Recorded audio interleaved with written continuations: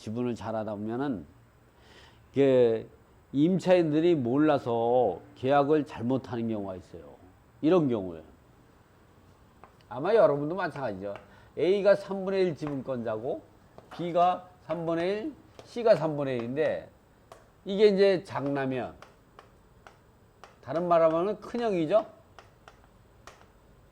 또 이와 비슷한 게 또 뭐냐면 장녀도 그래. 장녀도 끝발이 굉장히 커요. 장녀도 동생들 아직 못 살게 구는 건 아주 그냥 뭐 이제 큰딸 아주 뭐 근데 장남보다 어떻게 보면 장녀가 더한 경우도 또 많아.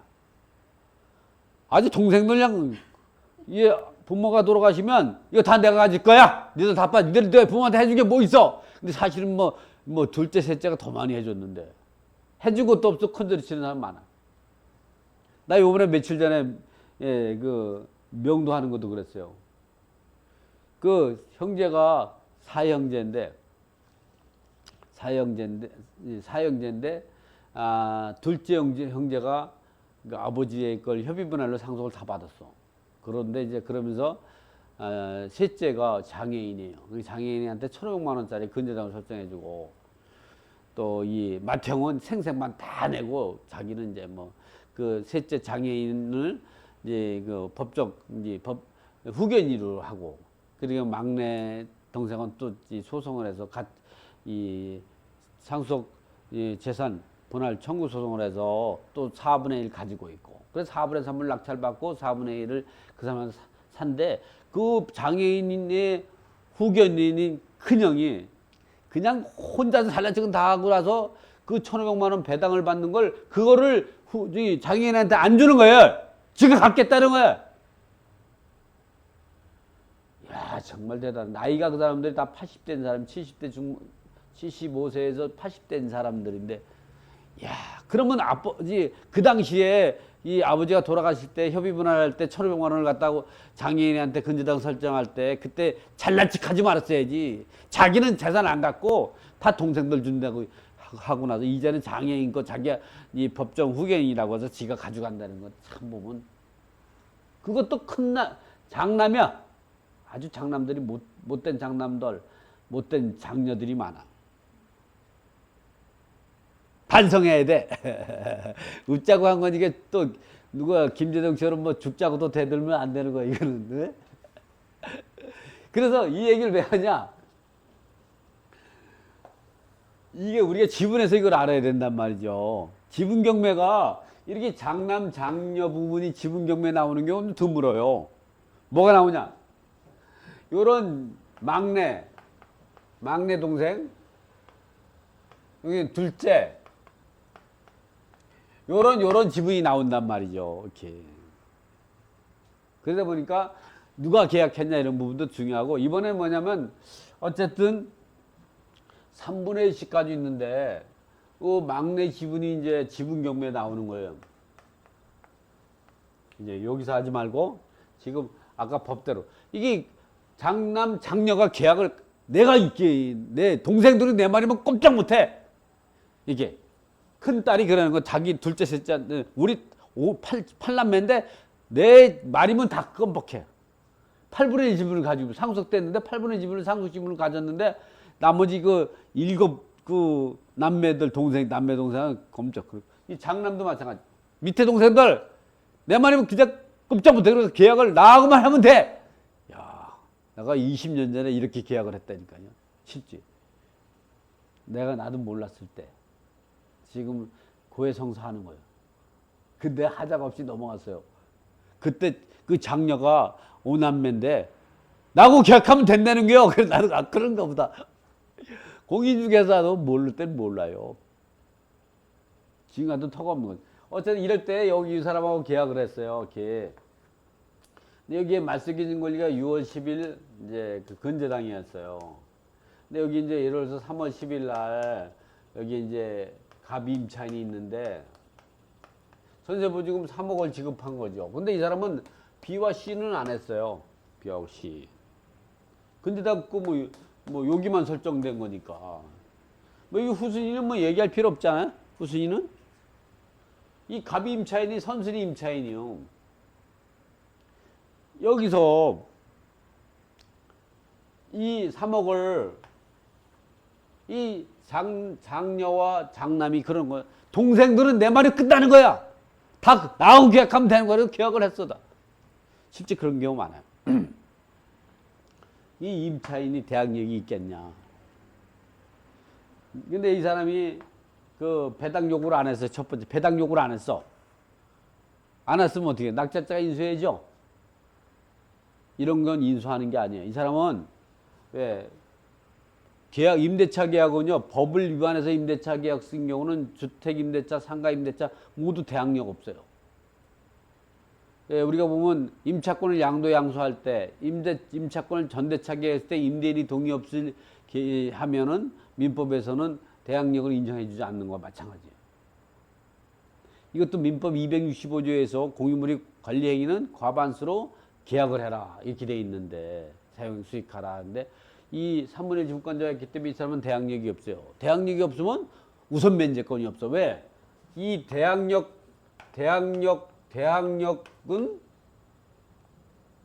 주임법상 주택임대차법상 대항력은 주물 내지 주된 권리다. 우선 면제권은 확정일자 우선 면제권이나 최우선 면제권은 우선 면제권은 이 대항력의 종물 내지 종된 권리다. 그러니까 부정성에 따라 주물이 없으면 종물은 없는 거예요. 근데 가끔다 배당해주고 그러는 거는 몰라서 해주는 거예요. 이 때문에 이 사람은 대항력도 없고 경매 절차에서 공매 절차에서 이 배당 요구하면 배당에서 배제돼요. 근데 가끔은 배당해주게 되면 조용히 배당받고 떠나야 되는 거예요. 시끄럽게 하면 부당이득으로 다 반환해야 돼요. 다른 후순위 채권자 가만히 안 있겠죠? 이게 여러분은 이제 이걸 잘 몰라서 그렇잖아요. 한 번은 이와 똑같은 제가 이제 한 10년 전에 요 강남역에 진흥아파트 3분의 1 지분을 낙찰받았어요. 그 얘기 조금 더 해볼게요. 그것도 임차인이었으니까 이거 다 실화예요, 실화.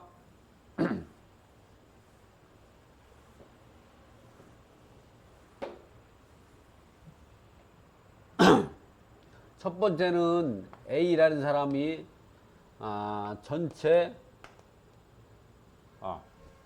A가 이제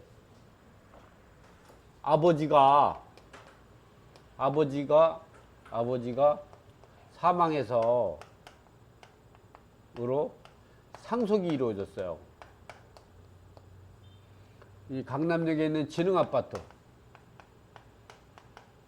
이게 44평일 거예요, 맞을 거예요, 평이. 42평인가 44평입니다. 44평이 맞을 거예요. 이거를 누가 갑이 전체 상속받은 거예요. 그러니까 갑이 전체 소유인데 갑하고 임대차를 계약을 누가 썼느냐? A가 임차인으로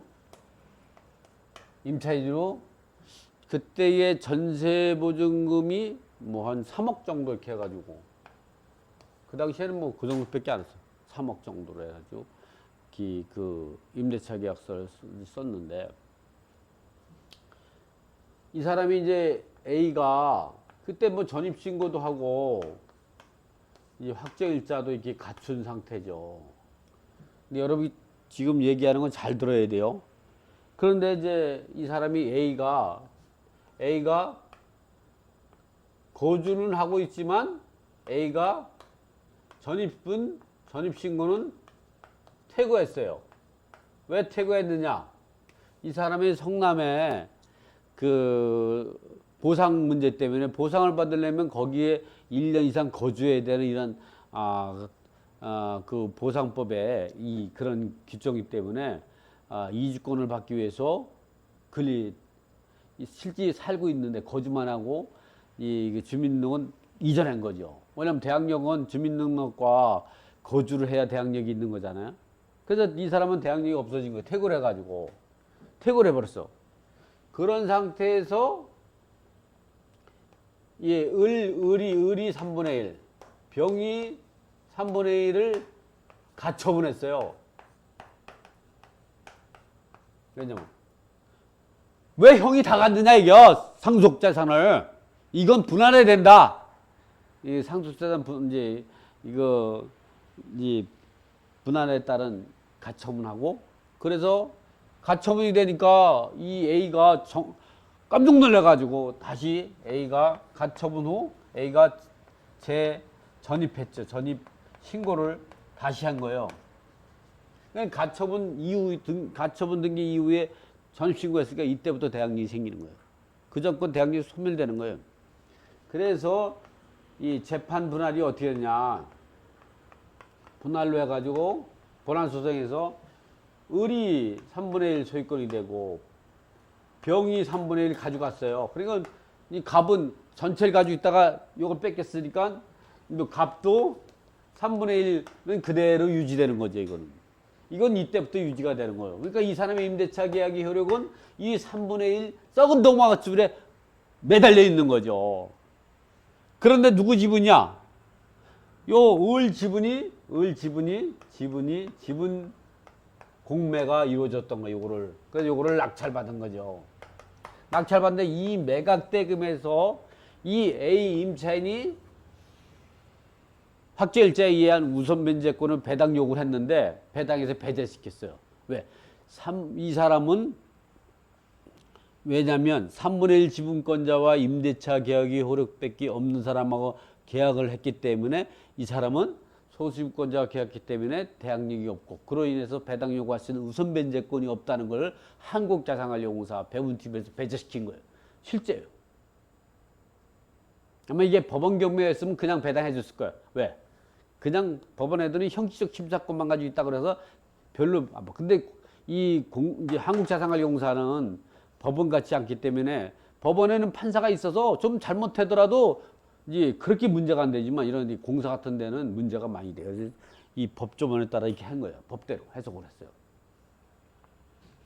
그래서 이제 이 사람은 배당도 못하고 배당에 배제시켜가지고 요거를 또 이제 명도를 구하고 했는데, 그래서 어떻게 하면 요거를 낙찰받은 사람하고 요 갑 3분의 1 권자하고 전체를 해서 여기를 아들을 입주시켜버렸죠.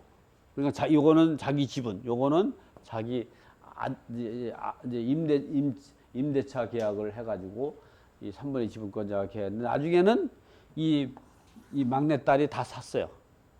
사가지고 온전하게 다 이제 가지고 있는데, 지금처럼 이렇게 3분의 2 지분권자가 가지게 되면 이와 같은 일이 발생한다. 근데 여러분이 알아야 될 게 뭐냐면, 사실은 이렇게 전체 지분하고 계약을 했더라도 이것이 협의분할 방법이 적법한 협의분할이 아니고, 이 큰아들이 욕심을 부려서 자기 일방적으로 이제 그 윙감이나 이런 걸 위조해 가지고 자기가 했다 그러면, 그리고 이 사람하고 계약했다도 이거는 무효가 돼요. 나중에 이렇게 분할돼서 했다면. 이 사람이 퇴고를 안 했다고 하더라도 이렇게 됐다면 이 가처분의 효력은요 이렇게 소급이 되는 거예요. 이걸 알고 있어야 된다. 자.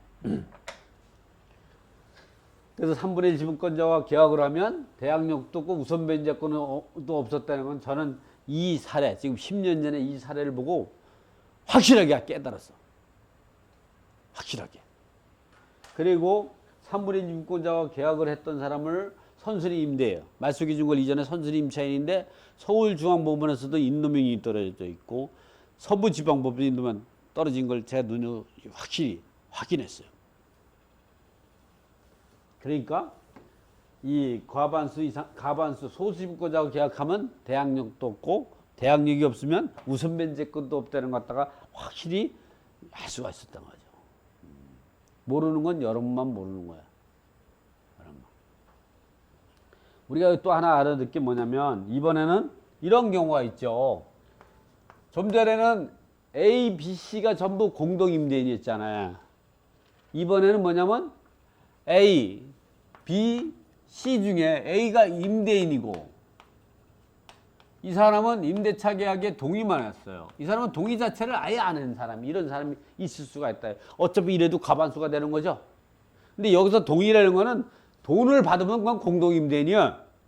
돈을 안 받고 동의만 했을 때 말하는 거죠. 임대차 계약에 나는 동의합니다 하면 그게 아니에요. 실지가 중요한 거. 돈 받았으면 임차인이, 그래서 임차인이 돈 줄 때는 돈을 이 A, B한테 전부 절반 줘야 되는 거예요. 과반수 계약하면. 그리고 지들이끼리 알아서 뭐 주고 하는 건 자기들 문제예요. 우리는 공동임대인이 되는 거야. 그래 임차인이 손해를 안 본다는 거죠. 이렇게 했을 때 여기 지분이 경매될 때는 여기에서 말소기준 권리가 6월 10일이요. 3월 10일 날 갑이 임차인이 대항 요건을 갖췄어. 여기 두 사람 이쪽에는 효력이 없고 이랬을 때 보증금이 3억이다 했을 때 이거를 낙찰받는 사람은 얼마를 인수하냐? 이 사람이 대항력을 주장했다면 3억을 인수해야 돼요. 이 3억을 채무자로 인수하는 거예요. 이 사람은 빼도 박도 못해요. 이 사람이 망해야 이 사람이 물상부지 담보 책임을 지는 거예요. 근데 내가 이거를 낙찰받았다. 그러면 인수할 거 없어.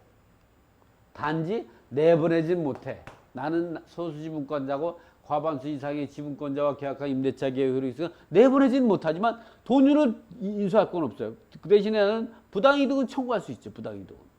나는 지분은 있지만 사용수까지 못하는 사람이잖아요. 이번에는 내가 B 지분을 낙찰받았다. 그러면 어떻게 했어요? 내가 채무자는 아니야. A가 못 갚았을 때 물상보증 담보 책임을 지는 거야. 근데 계산해보니까 A가 다 갚았다 그러면 책임이 없는 건데 A가 못 갚았다. 그럼 내가 독박 써야 되는 거야. 전액 해야 되고. 자, 이번에는 A 임대인 지분을 살 때 이럴 때 A가 임대인 B가 동의, C가 동의하지 않는데 임대인 지분은 그대로 3억을 인수해야 되는 거예요. 이거 가끔 보면 이런 경우가 있어요. 가끔 보면. 그리고 실질적으로 동의 안 했는데도 동의했다고 또 거짓말하는 사람 많아. 계약서도 없고 막 이러지. 계약서 있다도 뭐 자기 동의했다는데 뭐 이 계약서에 없어도 구두로 내가 했었다 하면 그 효력이 생기는 거예요. 계약의 효력이. 그래서 우리가 이럴 때 보면은 이제 그 대항력 이러한 경우 A가 임대인 B가 C는 동의하지 할 때 대항력은 A, B, C에서 여기 다 B, C 다 있어요. 그리고 우선 변제권, 배당 요구할 수 있는 우선 변제권은 A 지분이 경매되면 배당 요구할 수 있어요. B 지분은 말이에요. C 지분은 못해요. 돈을 안 줘도 경매를 신청한다. 경매 신청권 조건은 A, B는 있지만 C는 못하는 거예요. 이렇게 우리가 정리하고 넘어가야 된다. 지금처럼. 이런 부분을 확실하게 알고 있어야 한다는 거지. 그래야만이. 그래서 책에 있는 내용도 지금 같은 부분들을 정리하는 거예요. 그래서 책을 한번 좀 보면 책에 있는 내용을 한 번씩 가볍게 정리해 보면서 이 강의를 좀 마치도록 하겠습니다. 보면은 책에 있는 내용을 보면 지금 같이 들어가 보면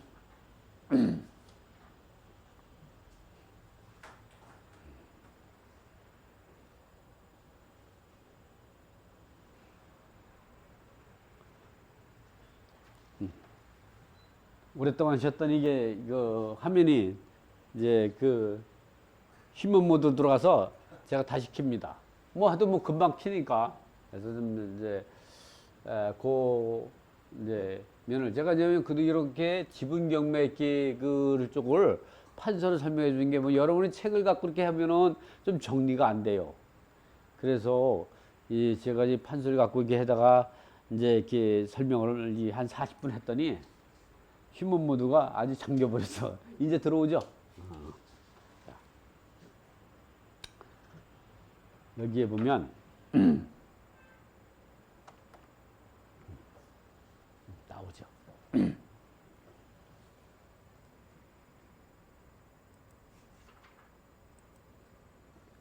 자, 이렇게 갑 5분의 3인데 을 5분의 1, 병 5분의 1 때 이 갑을병 전체와 계약을 했을 때에 여기 갑 지분이 경매가 된다면 여기에서 임차인이 대항력이 있는지 말소 기준보다 앞에 있는지 후에 있는지, 후에 있으면 소멸되는 거고, 이럴 때에는 이 가불병 전체하고 격했던 이거는 5분의 2 지분권자와 임대차 계약이 효력밖에 없기 때문에 이건 무조건 인도명령 대상이 되는 거죠.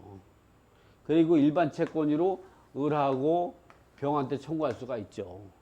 이럴 때 여러분은 이걸 인도명령에서 강제 집행하지 말고 요 사람 지분 갖고 을하고 병 지분에 대해서 이 지급명령을 통해서 강제경매 신청하도록 해서 내가 낙찰자가 공의자 우선 매수를 하는 방법으로 가야 된다. 임차인을 적극 활용하라는 얘기죠.